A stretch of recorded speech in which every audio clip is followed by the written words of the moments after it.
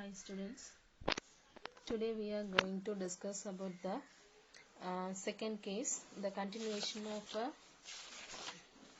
equation of motion under the gravity. So last class we learned about a body falling from a height h. Today we are going to a body thrown vertically upwards. So ஒரு body வந்து vertical directionல upwardsல தூக்கி போட்டா அப்போ என்ன ஆகும் அப்படிங்கறத நம்ம பார்க்க போறோம். So consider an object of mass m thrown vertically upwards with an initial velocity u. Let us neglect the air friction. In this case we choose the vertical direction as positive y-axis. Vertical direction as positive y-axis as shown in a figure. Then the acceleration a is equal to minus g. Because acceleration acting in the downward direction, we are thrown in the upward direction. So the acceleration is equal to minus g. Okay, and the kinematic equations for this motions are. So இப்போ நம்ம என்ன பண்ணிருக்கோம், ஒரு object எடுத்துக்கிறோம். அந்த ஆப்ஜெக்டோட mass வந்து m ன்னு எடுத்துக்கிட்டோம். So அதை வந்து என்ன பண்ணிருக்கோம், vertically thrown upward directionல தூக்கி போடுறோம். Okay, with an initial velocity uங்கிற initial velocity கொடுத்து தூக்கி போடுறோம். ஓகேங்களா? So இதெல்லாம் நம்ம xy z axis எடுத்துக்கிறதுல நம்ம vertically மேல தூக்கி போடுறதுனால இது y axis ன்னு எடுத்துக்கிறோம். இது வந்து நம்ம accelerationக்கு opposite direction இருக்கிறதுனால so minus g ன்னு எடுத்துக்கிறோம். ஓகேங்களா? So இப்போ வந்துட்டு kinematic equations இதுக்கு என்ன இருக்குன்னு நம்ம பார்க்க போறோம். The velocity and the position of the object at any time t r. So velocityயும் and then positionும் ரெண்டுத்தையுமே நம்ம கண்டுபிடிக்கணும். and at any time எந்த டைம்ல வேணாலும் நம்ம கண்டுபிடிக்கிறோம்னு வச்சுப்போம். So that is v is equal to நம்ம formulas இருக்கு. v is equal to u plus at. This is the kinematic first equation. So இப்போ இங்க accelerationங்கிறது நம்ம எடுத்துக்கிற இந்த equationக்கு acceleration minus g. So அதனால v is equal to u minus gt. அதே மாதிரி kinematic equation position velocity கண்டுபிடிச்சோம். position கண்டுபிடிக்கிறதுக்கான equation s is equal to ut plus half at square. So half at squareல aங்கிறது minus g. So அதனால s is equal to ut minus half gt square. ஓகேங்களா? The velocity of the object at any position. The velocity of the object at any position y. At any position y, that is v square is equal to u square plus 2as formula. So அதுல வந்து g க்கு பதில் minus a போட போறோம். So v square is equal to u square minus 2gs minus 2gs. இவ்வளவுதான் இந்த இதுக்கு. ஓகேங்களா? So நம்ம என்ன கொடுக்கிறோம் அப்படிங்கிறது vertically thrown upwards அப்படின்னா நம்மளுடைய kinematic equations ஞாபகம் இருந்துச்சுன்னா இந்த 3 equations நம்மளால ரைட் பண்ண முடியும். Okay, so next we move on the next topic, projectile motion. So projectile motion அப்படிங்கிறது என்ன, அதுல என்னென்ன cases பார்க்க போறோம், அதுக்கான examples, அந்த projectile motionல equation of motion பேஸ் பண்ணி நம்ம position, time and then வந்து horizontal range இந்த மாதிரி சில விஷயங்களை நம்ம கண்டுபிடிக்க போறோம். So first அதுக்கு முன்னாடி என்னென்ன இருக்குன்னு introduction பார்த்துருவோம். When an object is thrown in the air with some initial velocity and then allowed to move under the action of gravity alone. Under the action of gravity alone, the object is known as projectile. When an object is thrown in the air, when an object is thrown in the air with some initial velocity, நம்ம ஒரு initial velocity கொடுத்து தூக்கி போடுறோம். not just upwardsல கிடையாது. and then allowed to move under the action of gravity. then first ஒரு initial velocity கொடுத்து தூக்கி போட்டுறோம். அதுக்கப்புறம் under the action of velocity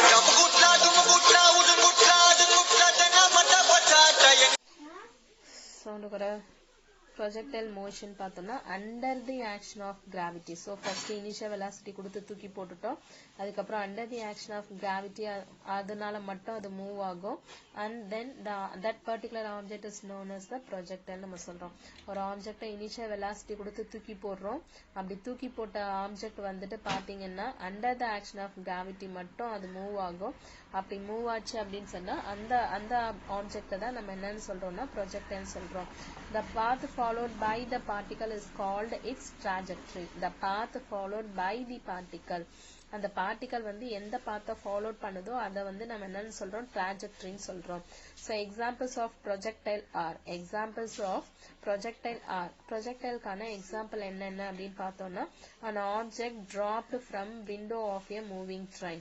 ஒரு மூவிங் ட்ரெயின்ல இருந்து விண்டோ வழியா ஒரு ஆப்ஜெக்டை தூக்கி போடுறோம், அதை டிராப் பண்றோம் அப்படின்னு சொன்னா அது வந்து ப்ரொஜெக்டைலுக்கான ஒரு எக்ஸாம்பிள். நெக்ஸ்ட் பார்த்தோம் அப்படின்னு சொன்னா, a bullet fired from a rifle. ஒரு ரைஃபிள்ல இருந்து புல்லட் ஃபயர் ஆகுது, அதாவது அது வந்து நம்ம ப்ரொஜெக்டர் சொல்லலாம். இல்ல கன்னுல இருந்து ஒரு புல்லட் ஃபயர் ஆகுது அப்படிங்கறத ப்ரொஜெக்டர் சொல்லலாம். a ball thrown in any direction. a ball thrown in any direction, எந்த டைரக்ஷன்லயும் பாலை த்ரோ பண்றோம் அப்படின்னு சொன்னா அதை நம்ம ப்ரொஜெக்டர்னு சொல்லலாம். நெக்ஸ்ட் பாத்தீங்கன்னா a javelin or shot put thrown by an athlete. அத்லெட்னால ஒரு ஷார்ட் புட்டோ ஜாவலினோ த்ரோ பண்றோம் அப்படின்னு சொன்னா அது ஒரு projectile motionல சொல்லலாம். a jet of water, a jet of water issuing from a hole near the bottom of a water tank. Water டேங்க்ல அது என்ன பண்றோம் அப்படின்னு சொன்னா பாட்டம்ல போயிட்டு ஒரு ஹோல் போட்டிருக்கோம் அப்படின்னு சொன்னா அந்த ஹோல்ல இருந்து வரக்கூடிய வாட்டர் வந்து projectile motion. Okay, it is found that a projectile moves under the combined effect of two velocities. So projectile motionல ஒரு ஆப்ஜெக்ட் மூவ் ஆகுது அப்படின்னு சொன்னா அது வந்து the combined effect of two velocities. One, a uniform velocity in the horizontal direction which will not change provided there is no air resistance. So அப்ப ஒரு uniform velocity horizontal directionல போகுது அப்படின்னா which will not change provided there is no air resistance. அங்க air resistance இல்ல, அதனால வந்து எந்த சேஞ்சஸும் இல்ல, horizontal directionல இருக்கு. அதாவது which will not change provided there is no air resistance. அங்க air resistance இல்லாததுனால horizontal velocity.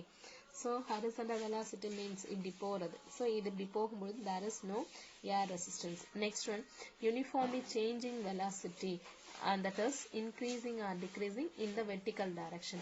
Vertical directionல கண்டிப்பா நமக்கு air resistance இருக்கும், அதனால increasing or decreasing changes இருக்கும். ஓகேங்களா?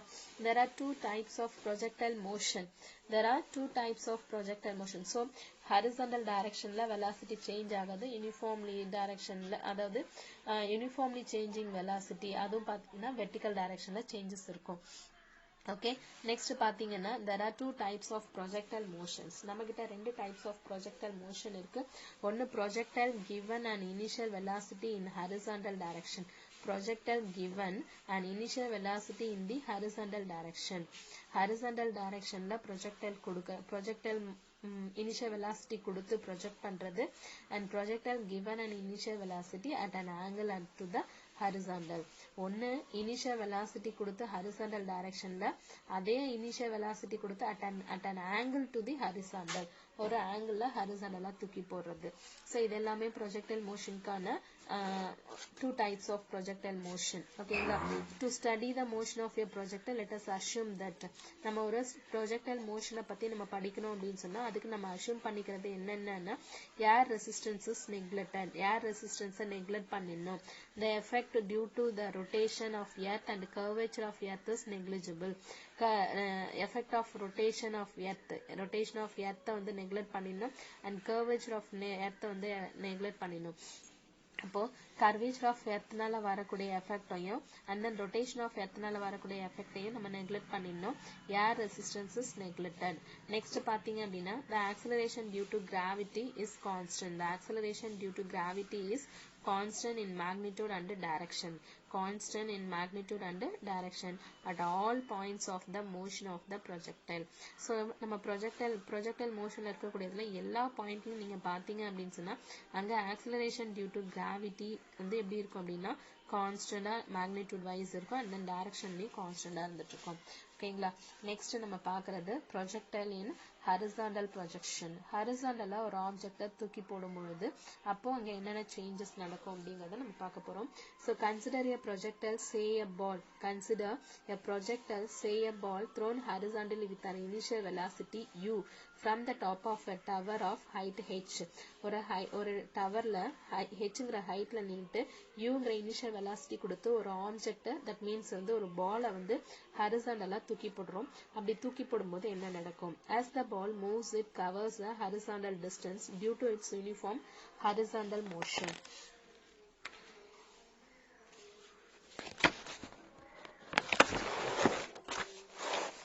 இப்போ இந்த டவர்ல ஹெச்ங்கிற ஹைட்ல நம்ம நின்றுட்டு இருக்கோம்.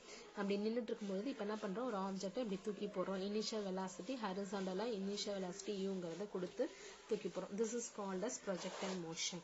ஸோ இனிஷியல் வெலாசிட்டி யூ கொடுத்துட்டோம் அண்ட் வெர்டிக்கல் டவுன்வர்ட் டைரக்ஷன்ல இப்போ அந்த ஆப்ஜெக்ட் மூவ் ஆகுது. பிகாஸ் ஆஃப் கான்ஸ்டன்ட் ஆக்சலரேஷன்னால வெர்டிக்கல் டவுன்வர்ட் டைரக்ஷன் அது இப்போ மூவ் ஆகுது டியூ டு கிராவிட்டி ஜி. ஓகேங்களா? Thus under the combined effect, the ball moves along the path OPA. The ball move along the path OPA. ஓகேங்களா? The motion is in a two-dimensional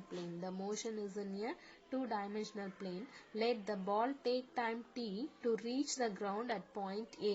Tங்கிற டைம்ல the ball வந்து எங்க வந்து reach ஆகுது? ஏங்கிற பொசிஷனுக்கு வந்து ரீச் ஆயிடுச்சு.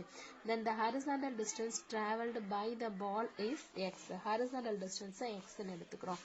And x of t time t ல வந்து ரீச் ஆகுது x. And the vertical distance traveled is y of t is equal to y. ஓகேங்களா? We can apply the kinematic equations along the x direction and y direction separately. இப்போ ஒரு object வந்து H ஒரு டவர்ல ஏறி நிக்கிறோம். அந்த ஹைட்டை ஹெச்ங்கிறதுல ஸோ ஃபார் அவர் கன்வீனியன்ஸ் இது ஒய் ஆக்சிஸ் இது எக்ஸ் ஆக்சிஸ் எடுத்துக்கிட்டோம். இப்போ வந்துட்டு வெர்டிக்கல் டைரக்ஷன்ல இருக்கக்கூடிய ஹைட் வந்து ஹெச்னு எடுத்துக்கிறோம். ஓங்கிற பாயிண்ட்ல நின்றுட்டு யூங்கிற இனிஷியல் வெலாசிட்டி கொடுத்து ஹரிசாண்டல் டைரக்ஷன் ஒரு ப்ரொஜெக்டைல ஒரு ஆப்ஜெக்டை நம்ம த்ரோ பண்றோம். அந்த ஆப்ஜெக்ட் வந்து ரீச் ஆகக்கூடிய இடம் வந்து ஏ. ஸோ ஹரிசாண்டல் டைரக்ஷன்ல இருக்கக்கூடிய ஹைட் வந்து எக்ஸ் டிஸ்டன்ஸ் வந்து எக்ஸ்ன்னு எடுத்துப்போம். என்னோட ப்ரொஜெக்டல் அந்த பாத்தோடைய நம்ம போடக்கூடிய ஆப்ஜெக்டோடைய பாத் வந்து ஓபிஏன்ற பாத்ல டிராவல் ஆயிருக்கு. ஓகேங்களா? இதை நம்ம 2 டைமென்ஷன்ல எடுத்துக்கிறோம். ஸோ அட் எனி டைம்ல எக்ஸ் ஆஃப் டி வந்து எக்ஸ்ன்னு எடுத்துக்கிறோம். எக்ஸ் ஆக்சிஸ்ல ஒய் ஆஃப் டி வந்து ஒய்ன்னு எடுத்துக்கிறோம். ஓகேங்களா? ஸோ இப்போ இதுல வந்து நம்ம என்ன பண்ண போறோம் அப்படின்னு சொன்னா we can apply the kinematic equations along the x direction and y direction separately. Since this is two-dimensional motion, okayங்களா? We can apply the kinematic equations along the x direction and y direction separately.